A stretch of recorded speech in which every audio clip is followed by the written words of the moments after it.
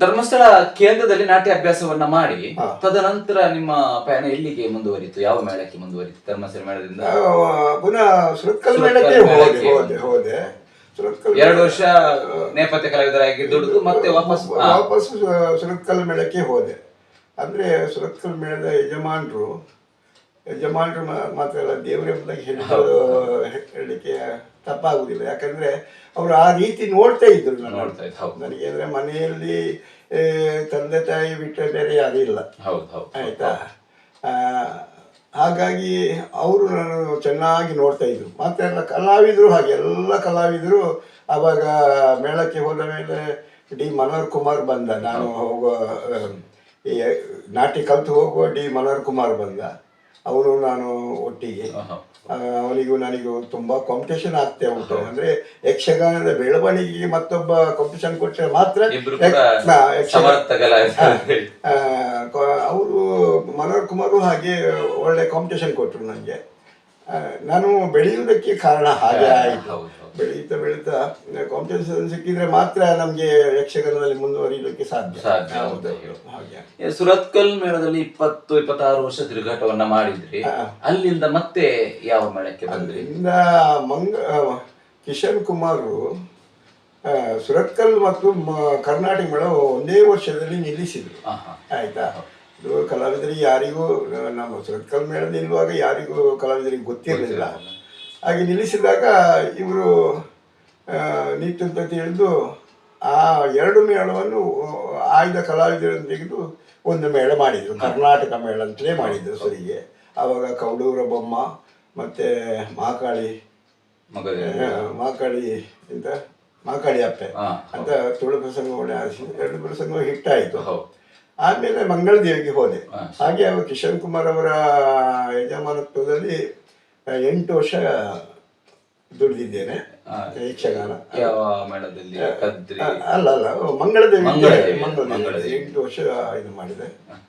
ಆಮೇಲೆ ಹೊಸನಗರ ಮೇಳ ಅಂತ ಟಿ ಶಾಂಭಟ್ರು ಮಾಡುವಂತ ಪದ್ಯಾಣದವರ ಸಾಹಿತ್ಯದಲ್ಲಿ, ಹಾಗೆ ಅದಕ್ಕೆ ಹೋದೆ.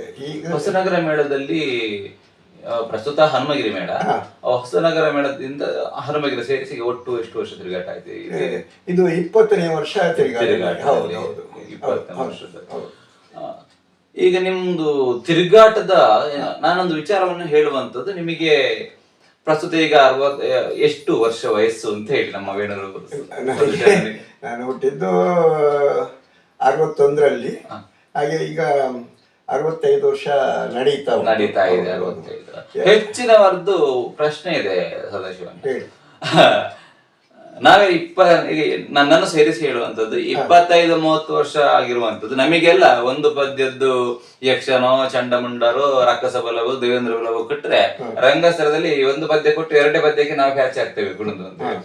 ಸದಾಶಿವನ್ನ ಈ ಸ್ಟೆಮಿನಾವನ್ನ ಹೇಗೆ ಉಳಿಸಿಕೊಂಡಿದ್ದಾರೆ ಅಂತ ಹೇಳಿ, ಅದಂದ್ರೆ ಕಿರಿಯ ಕಲಾವಿದ ನೀವೀಗ ಹೇಳಿದ್ರೆ ನಾವು ಕಿರಿಯ ಕಲಾವಿದರು ಏನ್ ಮಾಡ್ತೇವೆ ಕೇಳಿದ್ರೆ ಅದನ್ನೊಂದು ಅಳವಡಿಕೆ ಮಾಡಿಕೊಳ್ಳಿಕ್ಕೆ ಸಹಾಯ ಆಗ್ತದೆ ಅಂತ ಹೇಳಿ. ಹೇಗೆ ಆ ಸ್ಟೆಮಿನಾವನ್ನು ಇಟ್ಕೊಳ್ಬೇಕು ಅಂತ ಹೇಳಿ. ರಂಗಕ್ಕೆ ಹೋದ ಮೇಲೆ ನಿಜವಾಗಿಯೂ ನಾನು ಹೇಳುದು, ನಾನಾಗಿರುವುದಿಲ್ಲ, ಆ ಪಾತ್ರದ ಒಳಗೆ ಹೋಗ್ತೇನೆ ಎಂಬುದು ನನ್ನ ನಂಬಿಕೆ, ಆಯ್ತಾ. ಮತ್ತೆ ಹಿಮ್ಮೇಳದವರು ಹಾಗೆ ಬಹಳಷ್ಟು ನಮ್ಮ ಈಗ ಹನುಮಗಿರಿ ಮೇಳದಲ್ಲಿ ಚಿನ್ಮಯ ಭಟ್ಟು ಮತ್ತೆ ಚೆಂಡೆಯವರು ಮದ್ದೆಯವರು ಎಲ್ಲ ಹಾಗೆ ಕುಲಾಲ್ ನವೇಶ್ ಅಂತ ಆದ್ರೆ ಅದೊಂದು ನನಗೆ ನಿಧಾನ ಕೊಟ್ರೆ ಆಗುದಿಲ್ಲ, ಹೆಚ್ಚಿನಾಗಿ ಆಗುದಿಲ್ಲ. ಈ ಪ್ರಾಯದಲ್ಲೂ ನನಗೆ ನಿಧಾನ ಕೊಟ್ರೆ ಆಗುದಿಲ್ಲ. ಫಾಸ್ಟ್ ಕೊಡ್ತಾರೆ, ಅವರಿಗೂ ಒಂದು ನೆಮ್ಮದಿ ಅವರ ಮುಖದಲ್ಲಿ ನಾನು ಕಾಣ್ತೇನೆ, ನನಗೊಂದು ಸಂತೋಷ ಆಗ್ತದೆ. ಒಂದು ನಡೆದು ಹೋಗ್ತದೆ, ಅದರಷ್ಟಿಗೆ ಹೋಗ್ತದೆ. ವೇಷದಲ್ಲಿ ಚಿರ ಯುವಕರಾಗಿ ಕಾಣುವಂತಹ ನಮ್ಮ ಪ್ರೀತಿಯ ಸದಾಶಿವನ್ನ ಎಲ್ಲರೂ ಸದಾಶಿವ ಅಂತ ಹೇಳಿ ಕರೀತಾರೆ ಅವರನ್ನ.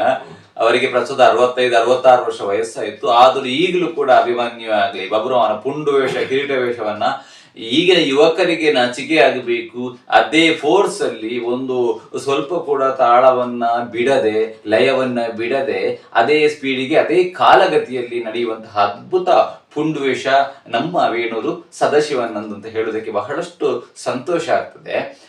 ಈ ಸದಾಶಿವನ್ ನೀವು ಹಾಡ್ತಿರಲ್ಲ, ದಿಗಿನವನ್ನ ಹಾಡ್ತೀರಿ, ಇದು ಆ ನಿಮ್ಮದೇ ಆದ ವೆರೈಟಿ ಸ್ಟೈಲ್ ಹೇಗೆ ಬಂತು ನಿಮಗೆ ಅಂತ ಹೇಳಿ? ಅದು ಹೆಚ್ಚಿನ ಯುವಕರಿಗೆ ಈಗ ಅದು ಅದು ತುಂಬಾ ಮಂದಿ ನಿಮ್ಮ ಮೇಳದಲ್ಲಿ ಕೂಡ ಕೆಲವರು ಫಾಲೋ ಮಾಡುವವರು ಇದ್ದಾರೆ ಇದ್ದಾರೆ, ತುಂಬಾ ಮಂದಿ ಇದ್ದಾರೆ.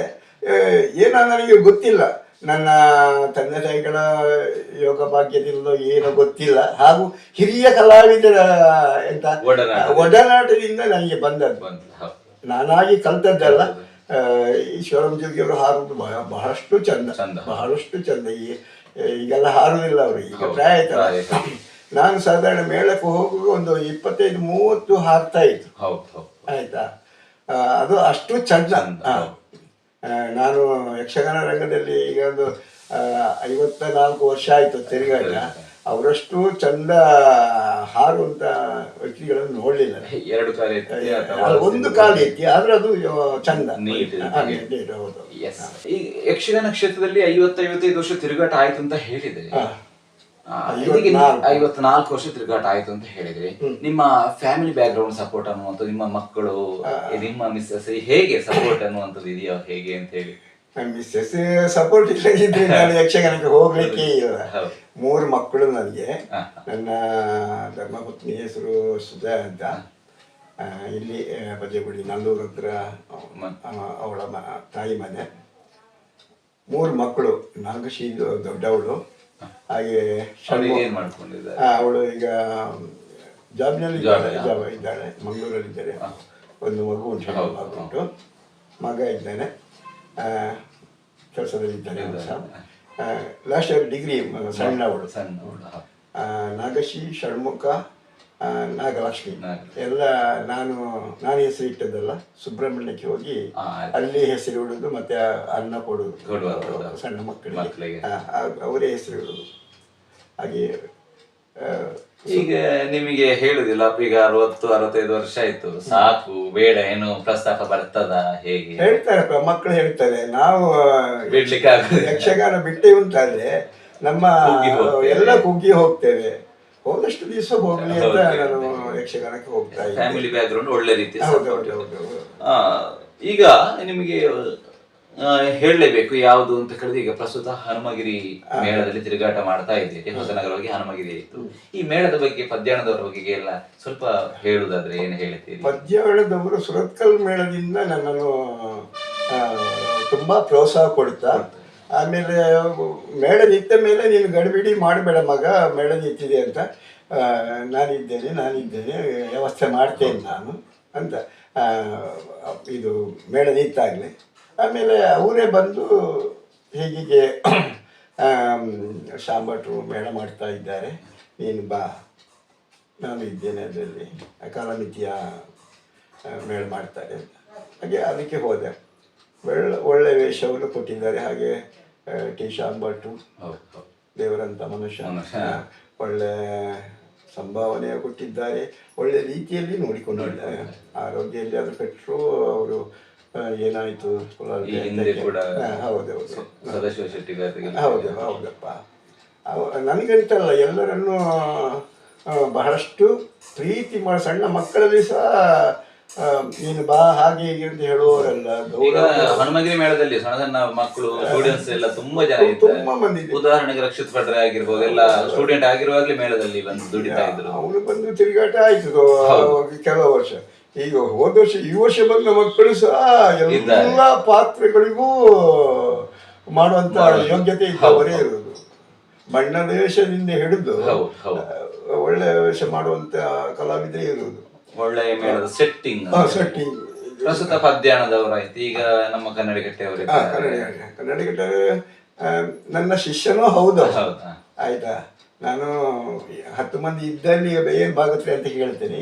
ಹೀಗೆ ಇರುವಾಗ ನಾನು ರವಿ ಅಂತ ಕೇಳ್ತೇನೆ. ಅಂದರೆ ಶಾಲೆಯಲ್ಲಿ ನಾನು ಕನ್ನಡಗಟ್ಟೆಯಲ್ಲಿ ಅವರಿಗೆ ನಾಟ್ಯ ಹೇಳಿಕೊಟ್ಟಿದ್ದೇನೆ.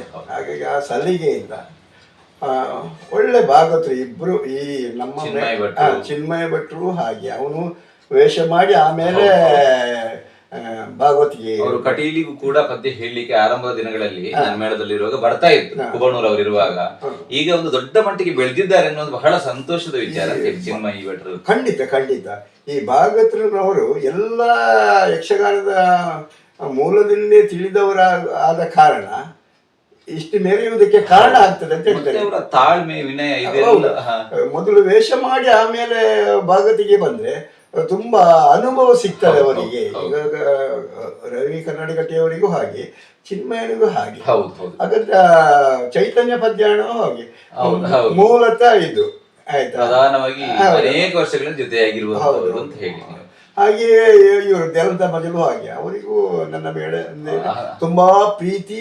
ಮತ್ತೆ ನಾನು ಹೋದ ಮೇಲೆ ನಗುವುದಲ್ಲದೆ ಒಳ್ಳೆ ಕೆಲಸ ಮಾಡಿಸ್ತಾರೆ. ಹಾಗಾಗಿ ಈ ಪ್ರಾಯದಲ್ಲಿ ದುಡಿಲಿಕ್ಕೆ ಆಗ್ತದೆ ಅಲ್ಲದೆ ಬೇಕಾ ಬೇಡವಾ ಅಂತ ಮಾಡಿದ್ರೆ ನಮಗೂ ಉಲ್ಲಾಸ ಬರುದು.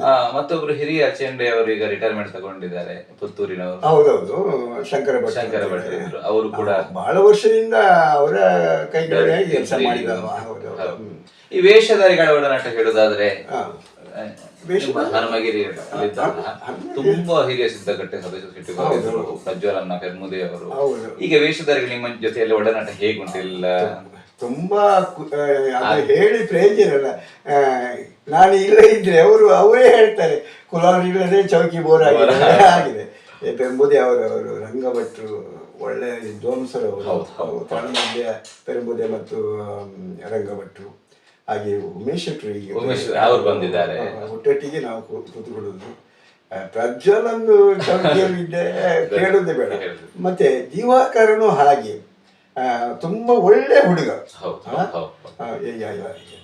ಪುಣ್ಯವೇಷ ಅಂದ್ರೆ ಈಗಿನ ಕಾಲದಲ್ಲಿ ದೇವಕರ್ಣಯ್ಯ ಅಂತ ಪುಣ್ಯವೇಷ ಇಲ್ಲ, ಎಲ್ಲ ದೇವರು ಕೊಟ್ಟಿದ್ದಾನೆ, ಎಲ್ಲ ಕೊಟ್ಟಿದ್ದಾನೆ.